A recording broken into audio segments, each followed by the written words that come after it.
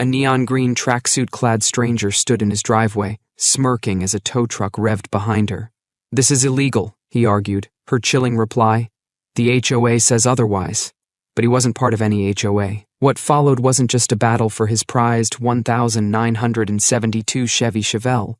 It was a war against a neighbor hell-bent on controlling what wasn't hers. First, she demanded his car be towed. Then came the threats, the vandalism, the midnight sabotage. She keyed its cherry red paint, lied to police, and even hired thugs with crowbars to smash its windshield. But he refused to back down. Armed with security cameras, legal documents, and a neighborhood fed up with her tyranny, he fought back. This is the story of how one man's defiance exposed a petty dictator, and how a shiny classic car became the symbol of a community's rebellion. From fake HOA fines to a courtroom showdown, discover how far a bully will go, and what happens when they pick the wrong fight. She stood there like a self-appointed general, arms crossed, chin jutted out. The tow truck driver fidgeted, clearly unsure. My heart pounded as I stepped off my porch. "Hey," I called, trying to keep my voice steady. "What do you think you're doing?" "Took you long enough," she sneered, tapping her foot with theatrical impatience. "This eyesore's leaving, with or without your permission." I glanced from her neon outfit to the parked tow truck, then back to my Chevelle. I'd poured years of sweat and savings into restoring that beauty, and no one was hooking it up to anything without my say-so. "You have no right," I snapped. "That's my driveway and my car." She rolled her eyes. "Wrong. This driveway is shared and the HOA wants this junk gone, so step aside or I'll call the cops." A flicker of uncertainty crossed the tow truck driver's face. "Ma'am," he said hesitantly, "are you sure about this? I need a signed order before." "Don't go soft on me now," she snapped, pointing an accusing finger at him. "I've already cleared it with the HOA." Then she turned her venom back on me. "You want a war? You'll lose." I had to remind myself to breathe. "I'm not even in your HOA," I said through gritted teeth. "And this driveway is mine, as outlined in the property survey. Touch my car and you'll answer to the police." For a long moment, neither of us moved. I could see in her eyes that she was itching for a confrontation, like she was used to scaring people into backing down. But I stood my ground, fists clenched at my sides. Finally, she scoffed and motioned to the driver. "We'll be back," she hissed, then turned on her heel and marched away. The tow truck driver mumbled an apology before following her. He seemed relieved to go.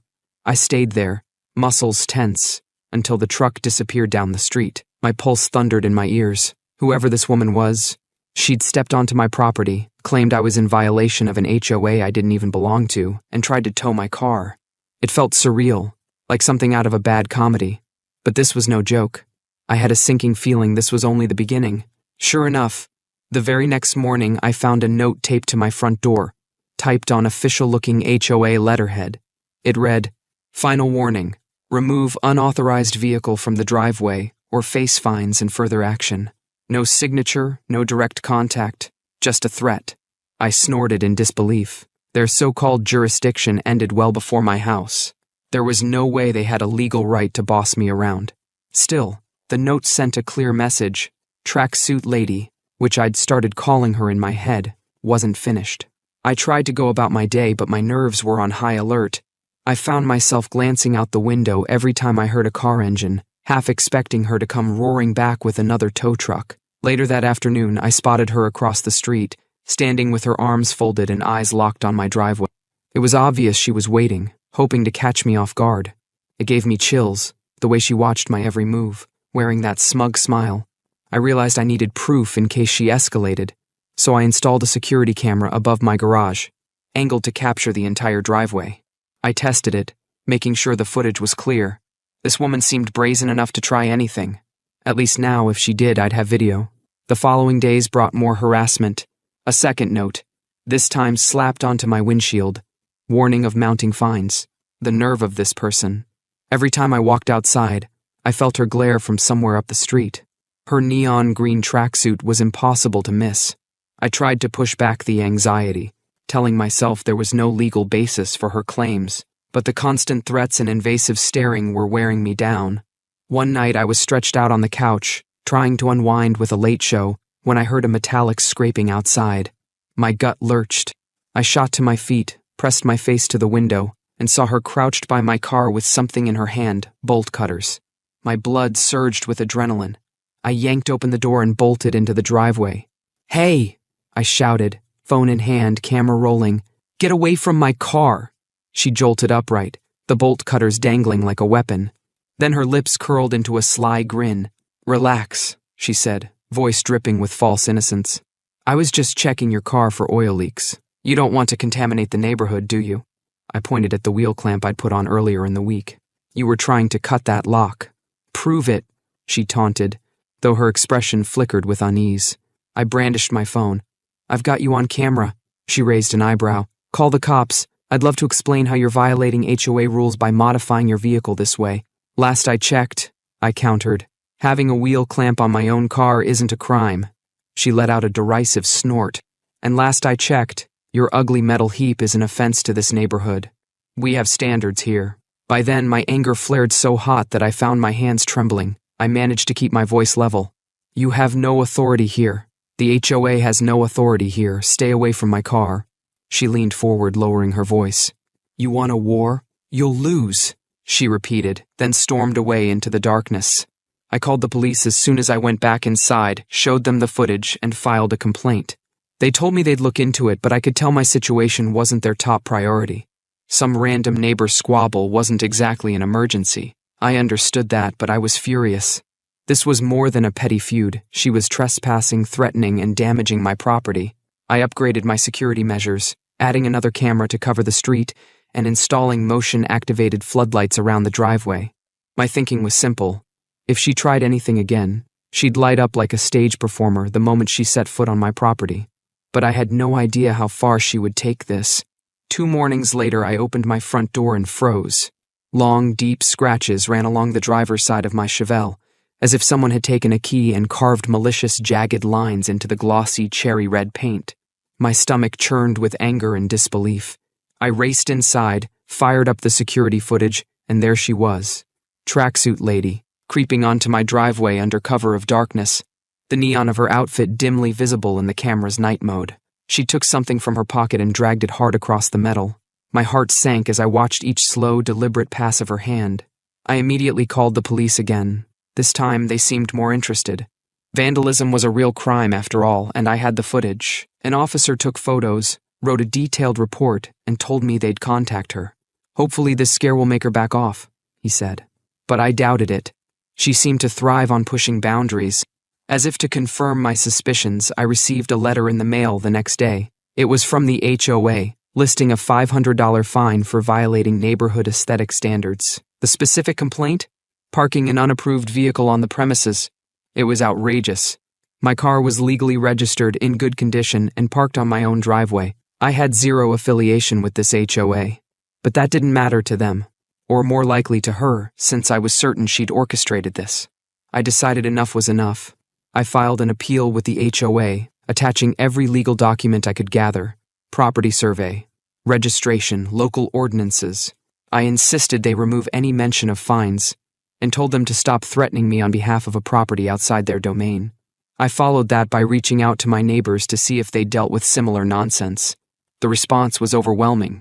Dozens of people had stories about this woman, how she'd browbeat them over lawn ornaments, tried to dictate paint colors, and even threatened to fine one family because their kids were too loud on a Saturday afternoon. She was a self-styled dictator, and for the most part, people had chosen to avoid conflict.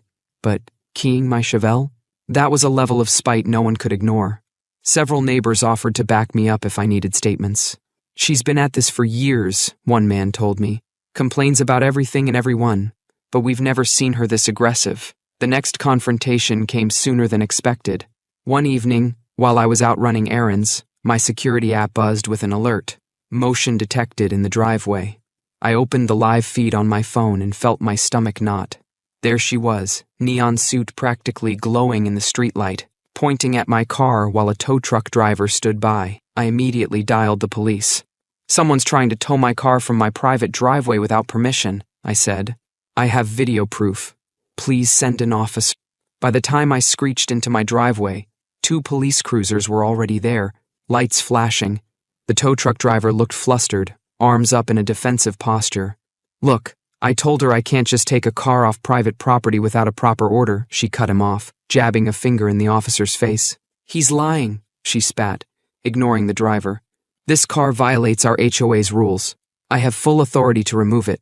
One of the officers stepped forward, holding documents I'd provided him during an earlier call. Ma'am, he said calmly, your HOA doesn't govern this property. We've been over this. If you continue these attempts to tow this vehicle, you're violating trespassing laws. Her face twitched with rage. It's an eyesore, she nearly shrieked. He shouldn't have this junk in a nice neighborhood. That's not how it works, I said, stepping up beside the officer. You don't get to decide which cars are allowed in driveways you don't own. With that, she spun around and stomped off, letting out a frustrated shriek as the officers watched her go. The tow truck driver gave me an apologetic shrug, quickly unhooked anything he might have attached to my car, and rumbled away. This showdown had been more public than the previous ones, and a few neighbors came out to watch. I heard murmurs of sympathy and exasperation among them. She'd shown her true colors in front of everyone. I hoped that public humiliation might keep her in check, but I was underestimating her determination. Just 2 nights later, I awoke to the piercing blare of my car alarm. Heart hammering, I scrambled to check my phone's security feed. What I saw made my blood run cold. She was back, but this time she'd brought 2 men with her, both dressed in dark clothes and armed with crowbars. They gathered around my Chevelle, their silhouettes outlined by my floodlights. I immediately dialed 911. They're about to destroy my car, I said, voice shaking with anger and fear. They have crowbars. Please hurry. While I stayed on the line with the dispatcher, one of the men smashed the crowbar into my windshield. My stomach twisted at the sickening crack of glass. I yelled through the window, hoping to scare them off. But Tracksuit Lady barked orders like a drill sergeant. Keep going, she demanded. We almost have it. Thankfully, my floodlights had done their job. Spooked by the sudden brightness, and probably by my yelling, they hesitated. That gave the police enough time to arrive. Sirens wailed, and 2 squad cars screeched to a stop in front of my house. The men dropped their crowbars and bolted into the night. She tried to run too, but an officer tackled her before she made it 10 steps. What's going on here? Demanded the officer, pinning her arms. This is my property, she spat, eyes wild. He's the one breaking the law. That car is a nuisance. The officer hauled her upright, his face set in a grim line. Vandalizing someone else's vehicle and trespassing on private property is not exactly fixing a nuisance, ma'am. She kept babbling as he cuffed her. The HOA rules state, you're under arrest, he cut in, for trespassing and attempted destruction of private property. He led her to the squad car, ignoring her shrill protests. My neighbors emerged from their homes, some in pajamas, watching with wide-eyed disbelief. An older man from down the street approached me, shaking his head. I've lived here 20 years, he said softly. Never seen anything like this. Good riddance. While one officer took my statement, another rummaged through the scattered crowbars and broken glass, collecting evidence. My heart still hammered from the adrenaline, but there was relief too. The ringleader was finally caught red-handed. Once they drove her away, I took a shaky breath and surveyed the damage. A cracked windshield, a dented hood, and fresh scratches. My beloved Chevelle looked like it had been in a brawl, and in a sense, it had. Over the next few days, the police kept me updated. The 2 men with her had been hired, promised cash if they removed my car by any means. She'd apparently escalated from petty notes and threats to outright sabotage, all because she hated my vehicle and couldn't accept that she had zero authority over my property. Despite the relief of knowing she was behind bars, I couldn't help feeling angry and violated at how far she'd gone. The neighborhood was buzzing about her arrest. People came forward with even more stories. She'd threatened to call Child Protective Services on a family whose kids played basketball too loudly, claimed someone's purple front door, lowered property values, and once tried to sabotage a holiday block party by calling in a noise complaint.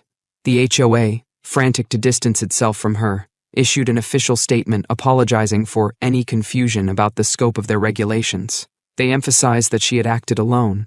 They also offered to pay for the damages to my car, though I suspected it was more about PR than genuine remorse. I still filed an insurance claim and documented every scratch and dent. This car wasn't just a hunk of metal to me, it was my pride and joy. I'd spent countless weekends fine-tuning its engine, polishing its finish, and relishing every part of its transformation from a rusted relic to a glossy head-turner. Seeing it defaced was like a punch to the gut. Within weeks, word of her antics spread beyond the neighborhood. Friends and coworkers asked me about the insane neighbor who tried to steal your car. It became local lore. In a way, that was cathartic. The more people knew about it, the less chance she had to spin her own narrative. Eventually, she was charged with multiple counts: vandalism, trespassing, harassment, and because of the crowbar incident, attempted destruction of property. In court, she maintained that she was only upholding neighborhood standards. The judge wasn't having it. She got 6 months in jail and was ordered to pay restitution for my damages and for several other neighbors whose property she'd messed with over the years. Evidently, I wasn't her only victim, just the one who finally stood up to her. The day after the sentencing, the HOA invited me to a meeting. I wasn't a member, of course, but they wanted to apologize face to face. I showed up to find them in a state of collective embarrassment. A stack of old complaints against her sat on the table. They basically admitted they'd shrugged off her behavior for too long, assuming she was just a tough personality. When they realized she was dragging them into legal trouble, they scrambled to make amends. One of the board members cleared his throat awkwardly. "We failed to address her actions properly," he said. "For that, we're sorry. We've put new procedures in place so no one can misuse the HOA's name again." I appreciated the gesture. I wasn't hungry for revenge. I just wanted them to recognize their negligence. If they'd rained Carr and others, would have been spared. After that meeting, it felt like the shadow she'd cast over the neighborhood finally lifted. People seemed more relaxed. A few neighbors and I organized a small weekend barbecue, turning my once contentious driveway into a welcoming space. The Chevelle, still a bit scarred but on its way to being fully restored, sat proudly under the sun, drawing admirers rather than complaints. As for her house, it went up for sale almost immediately after she was sentenced. None of us ever saw her return. Rumors circulated. Maybe she'd move to another state, or maybe she'd live with a relative after jail. I didn't particularly care, as long as she stayed far away. The entire community seemed to breathe easier knowing she was gone for good. It was strange how much power she'd wielded through intimidation alone. Dozens of people had cowered before her notes and fake fines. But when a single person refused to budge, the whole structure of her authority collapsed. I reflected on that while polishing the Chevelle's hood one evening. The fresh paint job gleamed under the porch light, and I felt a sense of hard-won pride. Standing up to her hadn't been easy. She'd fought back with everything from nasty letters to literal crowbars. Yet in the end, all her aggression only showcased her own insecurity. I realized something else in the aftermath. I hadn't fought alone. The support from neighbors was a crucial turning point. Once they knew they had an ally, they stopped ignoring her intimidation tactics. They gathered together, shared stories, and backed me up when I needed it. It's amazing how solidarity can shift a community's entire dynamic. A few weeks after the dust settled, I was outside mowing the lawn when a family from a few doors down strolled by with their dog. They gave a friendly wave and called, "Hey, how's the car?" I grinned.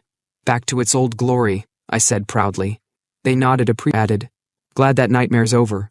We saw you on camera defending your property, good for you." That simple exchange meant a lot.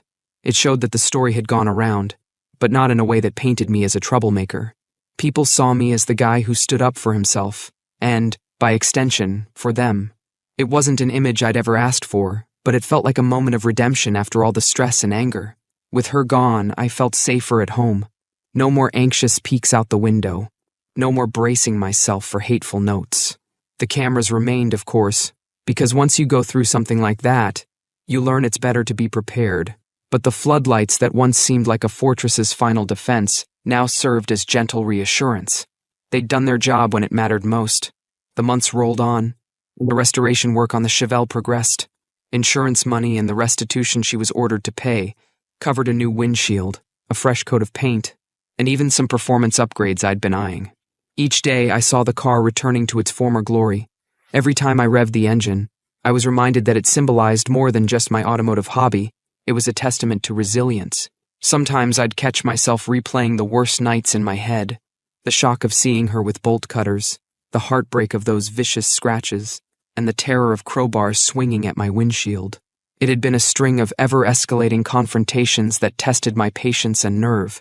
But every time the memory flared, I soothed it with another. The moment the police hauled her off in cuffs, the wave of relief that swept the neighborhood, and the sense of victory that came from knowing she couldn't bully anyone anymore. I also found myself appreciating my neighbors more. One invited me over for dinner, joking that my car fiasco had made me a local celebrity. Another asked for advice on installing a security camera system. We all saw how important it was to look out for each other. Nobody wanted a repeat of the neon tracksuit tyranny. Eventually, I got a call from the officer who'd handled most of my reports. He let me know that the courts had finalized the restitution order, which included paying for my car's damages and covering some of my security upgrades. It was an oddly satisfying endnote. She had spent so much time trying to control and wreck my property, but she ended up funding its continued restoration. I thanked the officer and asked if there was any chance she could come back here looking for trouble once her sentence was over. He told me she'd be on probation, prohibited from contacting me or coming near my property. It felt like the final piece of reassurance I needed. So many times I'd feared she'd resurface like a bad dream, but legally, she was barred from stirring up more chaos. When I finally took the Chevelle out for a spin post-repairs, the engine hummed in perfect tune. I took the back roads, letting the sunlight bounce off its cherry red paint, proud of every inch of it. It crossed my mind how a single person's relentless malice had turned my beloved hobby into a battleground. Yet there I was, cruising comfortably, the warm breeze rushing in, feeling a sense of triumph. I defended what was mine, stood firm, and emerged stronger. As the weeks turned into months, talk about her died down. New neighbors moved in where she'd lived, a pleasant couple who asked if they could repaint the front shutters. The difference was night and day. The HOA seemed friendlier too. They revised their policies, clarifying which houses were actually under their jurisdiction, sending out cheerful newsletters about neighborhood events instead of ominous warnings. One weekend, I hosted a small get-together. A half-dozen neighbors showed up with burgers, hot dogs, and folding chairs. My Chevelle sat in the driveway, an unspoken symbol of everything we'd weathered as a community. We laughed and talked about future block parties. The tension that used to define the street felt like a distant memory. I sometimes catch a lingering question in people's eyes. Was it all really about a car? But we all know it was more than that. The Chevelle was just the spark. What ignited was a lesson in how one person's toxic need for control can infect an entire area if no one speaks up. My stand against her was a catalyst, showing everyone that enough was enough. People still ask me how I kept my cool. Honestly, at times, I didn't. There were moments my fury spiked, and I had to grit my teeth or walk away so I wouldn't say something I'd regret. But I also knew she fed on provocation. The best strategy was to gather evidence, involve the police, and let her own actions condemn her. In the end, that's exactly what happened. After her sentencing and the restitution, I expected to feel glee at her downfall.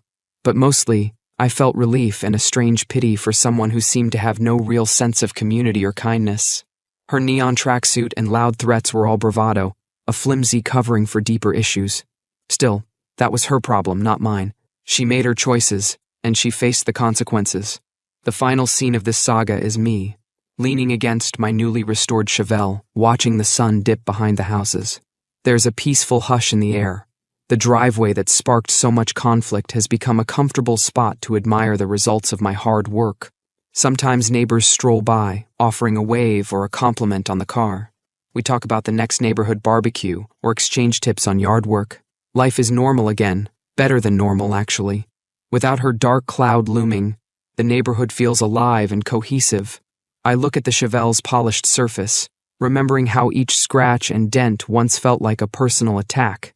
Now, those damages are long gone, replaced by a smooth finish that gleams in the twilight. It reminds me of a lesson I learned through all this. Resilience isn't just bouncing back.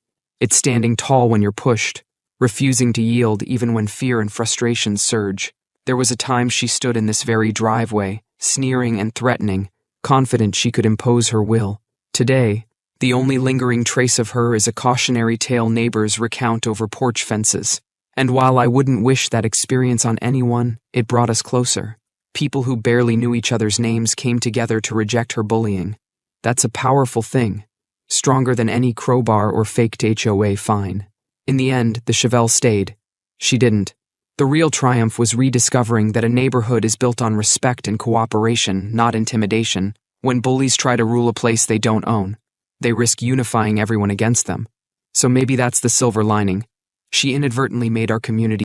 As I closed the door on that chapter of my life, I realized it was about far more than a classic car. It was about taking a stand when faced with blatant injustice. It was about reminding someone who believed she could terrorize others that the law, and decency still prevail. It was about learning that you don't have to fight dirty to win. Persistence, evidence, and the courage to say enough can be revolutionary in their own quiet way. I settle into the driver's seat, run my hand over the steering wheel, and start the engine. The smooth rumble resonates with victory. This Chevelle represents countless hours of dedication. Tracksuit Lady tried to take it, tried to break it, and tried to rule the neighborhood with her toxic brand of power, but we stood firm. And now, every time I roll out of that driveway, I'm reminded that standing my ground wasn't just right, it set us all free from her tyranny. That's the final takeaway. Sometimes, all it takes is one person willing to push back against a bully for an entire community to breathe easier.